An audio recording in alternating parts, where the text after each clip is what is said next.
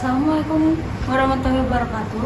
Halo semuanya, kembali lagi di serial podcast Menolak ini. Perkenalkan, nama saya Dimas Putri Malansari dari Prodi Akuntansi Universitas Islam Syekh Yusuf. Hari ini kita bakal bahas satu pertanyaan yang kelihatannya sederhana tapi bisa bikin pusing seumur hidup. Sebenarnya aku ini siapa sih? Mungkin kamu pernah ngerasain lagi sendiri di kamar atau lagi bengong setelah sekolah, terus tiba-tiba muncul pikiran, aku tuh orangnya kayak apa? Kok aku ini sebenarnya mau jadi siapa? Kok orang lain kayaknya tahu arah hidup, tapi aku masih bingung. Tenang, kamu gak sendirian. Pertanyaan itu wajar dan justru sehat banget. Hari ini aku mau cerita soal remaja, kita samarin namanya jadi Raffi.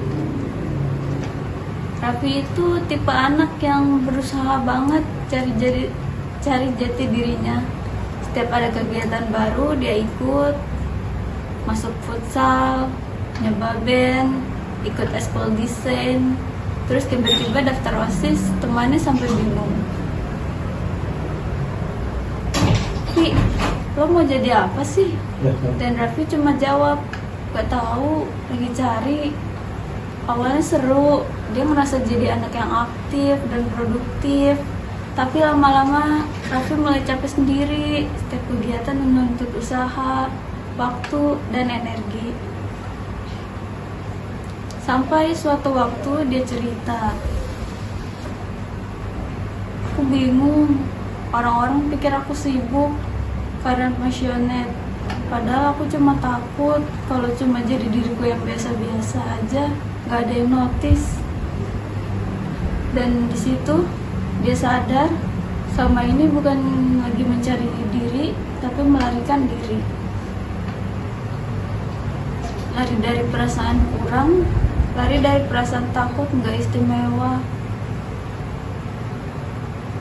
Masalahnya adalah kita suka terburu-buru menemukan identitas, padahal jati diri itu bukan sesuatu yang langsung klik dalam sehari.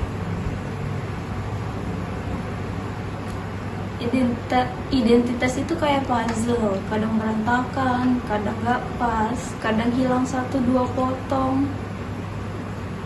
dan itu normal.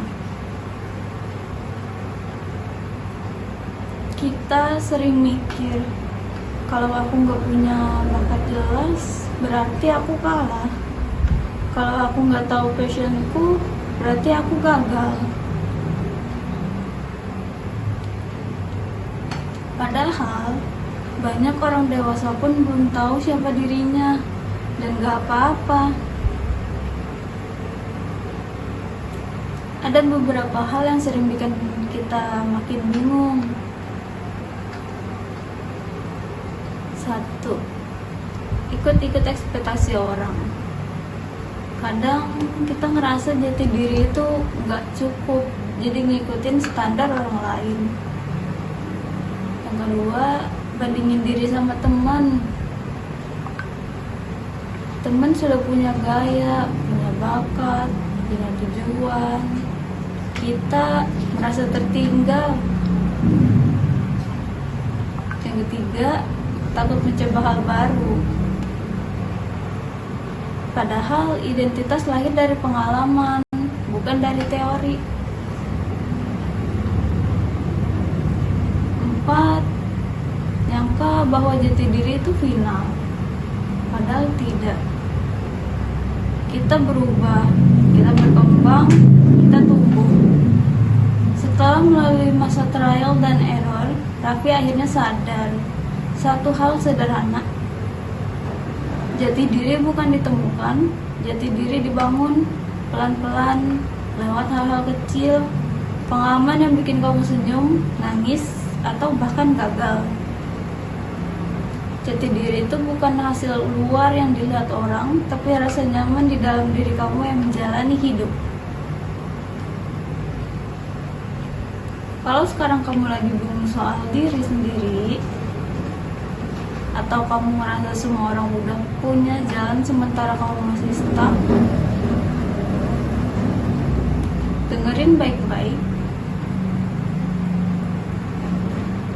nggak apa-apa, kamu lagi proses, dan proses itu sah, proses itu valid. Kamu nggak terlambat, kamu nggak kurang, kamu nggak ketinggalan. Jati diri kamu nggak akan muncul dari pencapaian, dari kejujuran. Apa sih yang bikin kamu merasa hidup? Kamu nggak harus jadi sempurna. Kamu cuma perlu jujur sama diri kamu sendiri. Terima kasih sudah dengerin episode hari ini. Semoga cerita Raffi bisa bikin kamu sedikit lega, karena percaya atau tidak, menjadi bingung adalah bagian dari menemukan. Sampai ketemu di episode selanjutnya. Jaga diri dan jangan lupa pelan-pelan pun tetap maju. Assalamualaikum warahmatullahi wabarakatuh.